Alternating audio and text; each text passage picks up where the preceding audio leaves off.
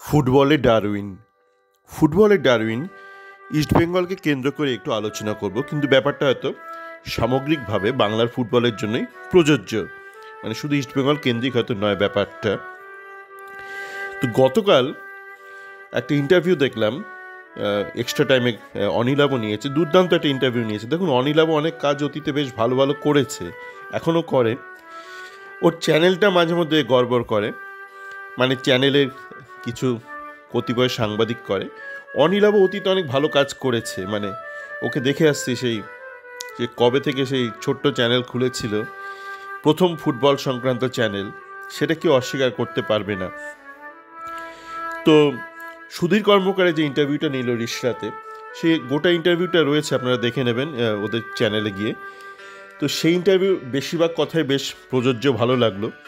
কিছু কিছু কথা শুনে মনে হলো ডারউইন হয়তো একটু জীবন থেকে সরে গেছে অনেকের।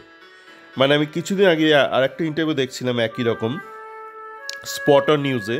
ফিলিপ ডি রাইডার, যে একসময় ইস্টবেঙ্গলে এসে প্রায় ম্যাজিকের মতন কাজ করেছিল, জয়ন্ত সেনকে তুলেছিল, মেহতাবকে তুলেছিল, মানে যখন ওদের কেরিয়ার প্রায় শেষ, মানে কিছু হবে না বোঝা যাচ্ছে কেরিয়ারে, সেই সময় ওদেরকে তুলে ধরেছিল, মানে অসাধারণ কাজ করেছিল ব্যক্তিগত স্তরে, মানে প্লেয়ার লেভেলে। টিমও ভালো খেলতো, কিন্তু প্লেয়ারটাও তুলতে পারতো। তো সেও এই মুহূর্তে এসছে কলকাতায়, কোনো একটা তার একটা মিউজিকের কোনো একটা ইভেন্টের সিরিজ রয়েছে, সেই ব্যাপারে এসছে। তো স্পট নিউজে ওনার ইন্টারভিউটা শুনছিলাম। এক সময় আমি যখন আমেরিকাতে ছিলাম, তখন ফিলিপ ডি রাইডারের সাথে, তখনও ইস্টবেঙ্গলের কোচ ছিল, তখন মাঝে মধ্যে ইমেল করতাম, উনি উত্তর দিতেন। তারপর যোগাযোগ ছিন্ন হয়ে যায়, মানে উনি ইস্টবেঙ্গল থেকে সরেও যান, আর আমি কর্মসূত্রে এদিক ওদিক বিভিন্ন জায়গায় যেতেও থাকি। মূলত উনি ইস্টবেঙ্গল থেকে সরে যাওয়ার পর আর মানে যোগাযোগ রাখা হয়নি, কেননা আমি তো যোগাযোগ রাখতে ইমেলে চাইলে তো যোগাযোগ রাখাই যেত। যাকে ঘটনা হচ্ছে যে ডারউইন কেন বলছি, আমি দেখলাম দুজনেই বলছে ইন্টারভিউতে যে এখন ফুটবলে কেউ একটা আগের মতন মজা নেই, মানে প্রচুর ড্রিবলিং এইগুলো নেই, সত্যি কথা। কেন নেই এটা তাহলে আমাদের বোঝা দরকার, কেন নেই সবার আগে বোঝা দরকার। দেখুন, আজ থেকে কয়েক বছর আগে, মানে কয়েক দশক আগে, গোটা বিশ্বজুড়েই যে মাঠে খেলা হতো বা সারফেস, সেই সারফেসে মানে অনেক সমস্যা থাকতো। আপনারা যদি দেখেন, ওই মারাদোনা যে গোলটা করেছিল, সবাইকে প্রায় ড্রিবলিং করে 86 বিশ্বকাপে বেলজিয়ামের বিরুদ্ধে, দেখতে পারেন ওই ভিডিওটাতে বলটা মানে আপ ডাউন করছিল, মানে লাফাচ্ছিল, যদি ক্লোজ শটটা দেখেন। তো এখন যেসব মাঠে খেলা হয় বিশ্বের বড় বড় লিগগুলো, সেইটা মানে একদম মখমলের মতন মাঠ, কার্পেটের মতন মাঠ।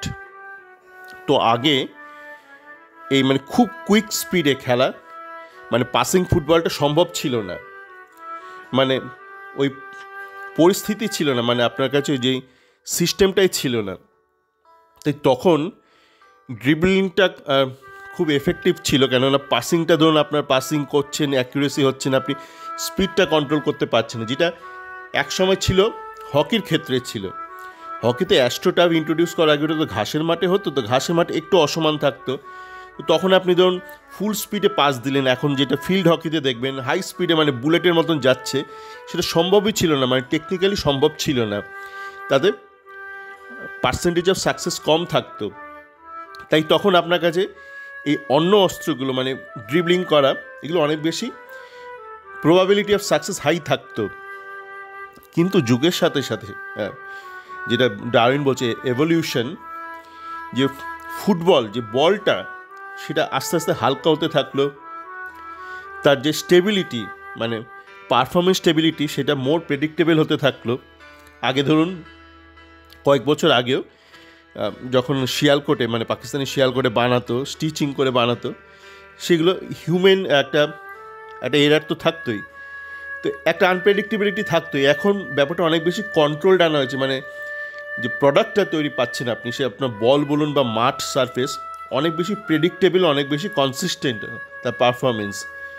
সেইটা হওয়ার দরুন কী হচ্ছে, যেই অস্ত্রগুলো আগে অতটা হয়তো কার্যকর ছিল না, যে পাসিং, কুইক পাসিং, সেটা এখনও কার্যকর অনেক বেশি হয়ে গেছে। এটা এটা তো যুগের সাথে সাথে বদলে গেছে।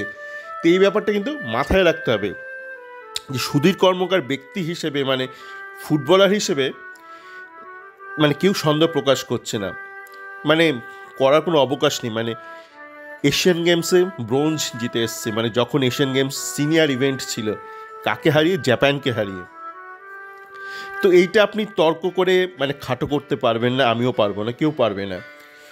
কিন্তু যেইটা নিয়ে প্রশ্ন সেটা হচ্ছে যে এভলিউশন। ধরুন আজকের দিনে দাঁড়িয়ে ধরুন অর্জুন, কর্ণ, আজকের দিনে যদি তারা বলতো আমরা ভারতীয় আর্মিতে যোগদান করে আমরা তীর ধনুক নিয়ে লড়বো, তারা করতো না। তারা তো ইন্টেলেকচুয়ালি ডাম ছিল না। তারা যেই যুগে ছিল সেই যুগে তীর ধনুকটাই ছিল শ্রেষ্ঠ অস্ত্র, বা তীর ধনুক, গদা। আজকের দিনে দাঁড়িয়ে তারা বলতো না, মানে গো ধরে থাকতো না, যদি না তারা বলতো আমি অলিম্পিক্সে যাব, গিয়ে গোল্ড মেডেল নিয়ে আসবো। তারা যদি বলতো আমরা যুদ্ধক্ষেত্রে যাব, তাহলে তারা আজকের দিনে দাঁড়িয়ে যেটা প্রাসঙ্গিক, যেটা কার্যকর, সেই অস্ত্রটাই, সে আপনার মগজাস্ত্র হোক বা ক্ষেপণাস্ত্র হোক, সেইটাই গ্রহণ করতো আজকের দিনে দাঁড়িয়ে। তো এই ব্যাপারটা কিন্তু আমাদের মাথায় রাখতে হবে। আপনারা যখন কিছু একটা শোনেন, একদম লিটারালি শুনবেন না, কেননা একটা মানুষ প্রত্যেকটা বিষয় কিন্তু ঠিক কথা নাও বলতে পারে। যেমন দেখছিলাম গতকাল বাংলার মুভি ডিরেক্টররা হঠাৎ এটা ওটা তাদের ক্ষোভ নিয়ে সাংবাদিক সম্মেলন করেছে। সেখানে দেখছিলাম পরমব্রত অনেক বক্তব্য রাখছে। আমি ওই বিষয়ে যাচ্ছি না, শুধু একটা বিষয় বলতে চাই, যেটা আমি আমার কয়েকটা অডিও আগেতেই বলেছিলাম, যে আপনি যদি ভালো বাংলা সিনেমা বানান, সেই সিনেমাটা চলেনি আপনি উদাহরণ কিন্তু দিতে পারবেন না। আপনি এইটা উদাহরণ দিতে পারবেন যেটা সেই সময় বেরিয়ে হয়তো একটা বাজে হিন্দি সিনেমা চলেছে, আপনার বাজে বাংলা বইটা চলেনি। কিন্তু আপনি একটা উদাহরণ দিতে পারবেন না বিগত 20 বছরে যে একটা কেউ একটা ভালো বাংলা সিনেমা বানিয়েছে যেটা চলেনি। একটা উদাহরণ দিচ্ছি, পরমব্রতরই, আর ওটা আপনারা এখন ইউটিউবেও দেখতে পারবেন। আগে ওটা জি5 শুধু ছিল, মানে যারা পেড সাবস্ক্রাইবার তারাই শুধু দেখতে পারতো। দেখবেন টিকি টাকা বলে, ওটা বাংলাতেও অরিজিনাল এবং ওটা হিন্দি ইয়েও আছে, অনুবাদও আছে। পরমব্রত কিন্তু মানে ফুটবলের ফ্যান, ইস্ট বেঙ্গলের ফ্যান। তা আমি যখন সিনেমাটা দেখেছিলাম, দেখে তাজ্জব হয়ে গিয়েছিলাম যে ও একটা মানে আফ্রিকান প্লেয়ার নিয়ে একটা ঘটনা বানিয়েছে এবং কোনো নিয়মকানুন নেই। মানে সেই এয়ারপোর্টে নামছে, নেমে ইস্টবেঙ্গল মোহনবাগান ম্যাচ খেলতে চলে আসছে, মানে রেজিস্ট্রেশন, ট্রান্সফার উইন্ডো, মানে কোনো বালাই নেই। মানে দেখুন আপনি কোন যুগে বাস করছেন সেটা কিন্তু খুব দরকার। মানে আপনি ধরুন আজকের দিনে দাঁড়িয়ে একটা ভারত পাকিস্তান নিয়ে একটা যুদ্ধের সিনেমা বানাতেই পারেন। ওয়ার মুভিজ খুব চলে, মানে মানে যেই যুগে বানানো খুব চলে, সে 1940 সাল, 50, 80, আজকের দিনে বানালেও চলবে। কিন্তু ধরুন আপনি আজকের দিনে দাঁড়িয়ে 2024-এ দাঁড়িয়ে একটা কাল্পনিক একটা যুদ্ধের সিনেমা বানালেন, ভারতের সাথে পাকিস্তানের একটা বানালেন কাল্পনিক, তার সময়সীমা দিলেন, ধরুন টাইম ফ্রেম দিলেন 2020 সাল, 22 সাল। তা আজকের দিনে দাঁড়িয়ে আপনি কি দেখাবেন যে মানে দুপক্ষ মানে তীর ধনুক নিয়ে লড়ছেন? দেখাবেন তো না। আপনাকে তো আজকের দিনে দাঁড়িয়ে সমসাময়িক কিছু একটা বানাতে হবে। তো আপনার চিন্তাভাবনা আপনার প্রত্যেকটা ক্ষেত্রে, আপনার ফুটবল হোক, আপনার সিনেমা হোক, সেটা কন্টেম্পোরারি হওয়া খুব দরকার। এভলিউশন অফ মাইন্ডটা খুব দরকার। আমাকে আমার আগের অডিওটা শুনে ওই 12টা বেজে গেলে একজন বলছে, দাদা একটা চ্যানেলের নাম নিয়ে বলছে, দাদা ওই চ্যানেলে একটা ছেলে আছে, মানে খুব মানে হম্বিতম্বি করে, মানে নিজেকে কেউ কেটা ভাবে, মানে হাস্যকর কথাবার্তা বলে। আমি বলি থাকুক, ওইসব থাকুক, মানে এরকম ইরিটেটিং অনেক ছেলেপিলেই আছে, তাদের নিয়ে আমি ডিটেলে যেতে চাই না। আমার শুধু মানে কেউ যদি কোনো ফিলোসফিক্যালি, স্ট্র্যাটেজিক্যালি কেউ যদি একদম ভুল কথা বলে এবং সেটা যদি উদ্দেশ্যপ্রণোদিত হয়, মানে ফ্যানদের বোকা বানানোর জন্য বা এজেন্টের সুবিধা করে দেওয়ার জন্য, মানে অসৎ এজেন্ট। দেখুন এজেন্টকে আপনি গালাগাল দিতে পারবেন না। এখনকার দিনে দাঁড়িয়ে কেউ যদি বলে এজেন্ট ছাড়া কাজ করব, সেটা একটা মূর্খামি হবে। যেমন এই আমাদের এই সুধীর কর্মকার বলছে, এবং আগে সুভাষ ভৌমিকও বলেছিল যে সার্টিফিকেট আমি করিনি, কোচিং সার্টিফিকেট একটা লেভেলের পর করিনি, কারণ আমার মনে হচ্ছে যে আমাকে সার্টিফিকেট দেবে সে আমার থেকে কম জানে। হ্যাঁ, সে তোমার থেকে কম জানে, তাই সে ওই সার্টিফিকেশন কাজটা করছে। সে তোমার থেকে বেশি জানলে সে ফুটবল কোচিং করতো। তুমি গোয়ার্তুমি করে, সুধীর কর্মকারকে বলছি, ওনার এখন 74 বছর বয়স, তুমি গোয়ার্তুমি করে বা সুভাষ তুমি গোয়ার্তুমি করে, উনি নেই সুভাষ আমাদের মাঝে এখন, যে সার্টিফিকেটটা নিলেন, আখেরে ক্ষতিটা কার হলো? ক্ষতিটা হলো তোমাদের, ক্ষতি হলো ব্যক্তিগত স্তরে কোচ হিসেবে, ক্ষতি হলো বাংলার ফুটবলের, ক্ষতি হলো ইস্ট বেঙ্গলের। তোমরা কোচিংটা করতে পারলে না। এত গোয়ার্তুমি কিসের? যে আমার সার্টিফিকেট দেবে সে আমাদের কম জানে? হ্যাঁ, সে তো কম জানেই, সে কম জানে বলে ওই কাজটা সে পেয়েছে, সে কোনো ফুটবল দলের কোচিংয়ের দায়িত্বটা পায়নি। এত গোয়ার্তুমি কিসে? একটা সিস্টেম রয়েছে। মানে কি তোমার জাত যেত যদি একটা সার্টিফিকেট নিতে? সুভাষ ভৌমিক তার বারংবার ইন্টারভিউতে কিছু ব্যক্তির নাম নিয়েছে যাদের তার মনে হচ্ছে তারা খাটো, তাই তাদের থেকে সার্টিফিকেট নেওয়া যায় না, কোচিং সার্টিফিকেট। এইটা বলে বলে সে তাদের অনেক বেশি মানে তাদের জনপ্রিয় করে দিয়েছে। যদি চুপচাপ সার্টিফিকেটটা নিয়ে নিত, কেউ তাদের নামটাও জানতে পারতো না। আর এটা খুব স্বাভাবিক ব্যাপার। মানে যে তোমার সার্টিফিকেট দেবে সে তো নিজে কোনো ইউনিভার্সিটি নয়।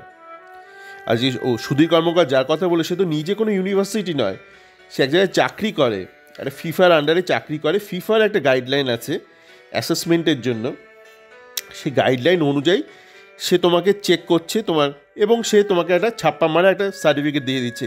এইটাকে ওইভাবে দেখার কি আছে যে এ আমার থেকে হনু, কে বা এ আমার থেকে নিচু, কেন এ আমাকে সার্টিফিকেট দেবে? এই এতটা গোয়ার তুমি দরকার নেই।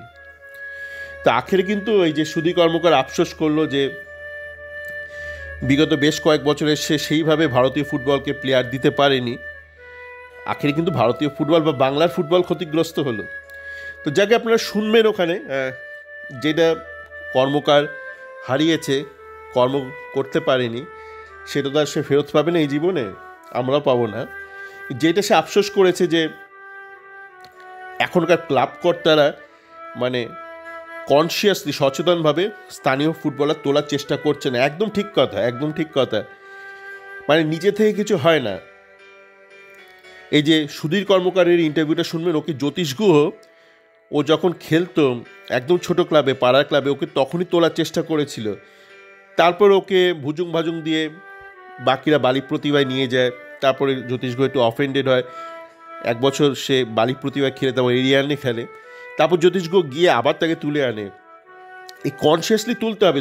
যদি সেদিন জ্যোতিষ গুহ না তুলতো, সুধীর কর্মকারকে আইডেন্টিফাই না করতো, সুধীর কর্মকার হয়তো খেলতোই না, মানে এশিয়ান গেমসও যেত না, ব্রোঞ্জ মেডেল ম্যাচটাও খেলতো না। তা আপনাকে এটা করতে হবে। ইস্টবেঙ্গলে ছিল শুভেন্দু মান্ডি, ছিল একটা ছেলে, ভালো সেন্টার ব্যাক ছিল, যথেষ্ট শিক্ষিত ছেলে ছিল, তাকে আমরা সুযোগই দিলাম না। অতুল বলে একটা ছেলেকে, একটা টোটাল একটা বেকার একটা প্লেয়ারকে সুযোগ দেওয়ার জন্য আমরা শুভেন্দু মান্ডিকে সুযোগ দিলাম না। বয়সটা বাড়তে থাকলো। একটা সময় যেরকম হয় না, মানে মেয়েরা মানে বয়সের চাপে বিয়ে করে নেয়, প্রেমিক যদি ওরকম হয়, বলে আর একটু থাকো, আর একটু দেখছি, আর একটু সেটেল হচ্ছি, তখন অনেক মেয়ে ফ্রাস্ট্রেটেড হয়ে বিয়ে করে নেয়, বলে কী করবো, মানে আমার বাবা মার ব্লাড প্রেশার বেড়ে যাচ্ছে। শুভেন্দু মান্ডি এবার বয়স বেড়ে যাচ্ছে, মানে মানে সন্তোষের ফাইনাল খেলার জন্য একটা 3 বছরের একটা উইন্ডো থাকে সরকারি চাকরি, একটা পারিবারিক চাপ, একটা সামাজিক চাপ, কি করবে? তা আমরা সাপোর্ট করলাম না শুভেন্দু মান্ডিকে। সাপোর্ট করলে শুধু ইস্টবেঙ্গল না, আজকে হয়তো ভারতীয় ন্যাশনাল টিমেও একটা সেন্টার ব্যাক পেত। মহিতোষ রায় এখন কী হবে আমরা জানি না। একই কাণ্ড, বিষ্ণুকে সাপোর্ট করার জন্য মহিতোষকে বলিদান করা হলো। তন্ময় দাসের কেরিয়ার 1 বছর পিছিয়ে গেছে কেন? নাসিব রহমানকে আমরা তোলার চেষ্টা করছিলাম, তাই তন্ময় দাসকে চাপিয়ে দেওয়ার। শ্যামল বেসরা, তার কেরিয়ার কয়েক মাস পিছিয়ে গেছে কেন? না, আমনকে আমরা তোলার চেষ্টা করছিলাম, তুলতে পারিনি আমনকে এখন 2 মিনিট খেলারও যোগ্য হয়নি আইএসএলে। কিন্তু শ্যামল বেসরাকে আমরা যদি গত মরশুমেই সুযোগটা দিতাম, দেখবেন শ্যামল বেসরা এখন চেহারাটা তৈরি হচ্ছে অনেকটা। মানে আপনি 6 মাস আগে যে শ্যামল বেসরাকে দেখেছেন, এখনকার শ্যামল বেসরার মধ্যে শারীরিক গঠনে দেখবেন অনেকটা ফারাক রয়েছে, মানে পজিটিভ ফারাক। কিন্তু আমরা শ্যামল বেসরাকে 6 মাস আগে সুযোগটা দিইনি। এখন অনেকে বলছে কেন শ্যামল বেসরাকে নামাচ্ছে না। আরে কোয়াদ্রাত তো জাস্ট এই বছরই প্রমোশন দিয়েছে, কোয়াদ্রাত তো নিয়েও যেত না কোনো ম্যাচে, স্কোয়াড 11ও রাখতো না। তো 6 মাসটা কে পিছিয়ে দিল? আমাদের কিন্তু সচেতনভাবে তুলতে হবে, মানে অটোমেটিক্যালি আকাশ থেকে টপ টপ করে পড়বে না বাঙালি প্লেয়ার যারা ওপর থেকে পড়ে প্যারাশুটে করে পড়ে জাতীয় দলে ঢুকে যাবে।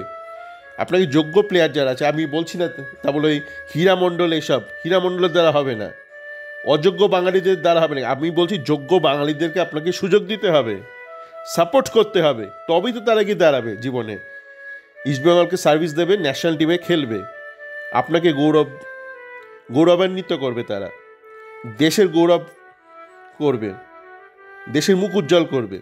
সকলে ভালো থাকবেন।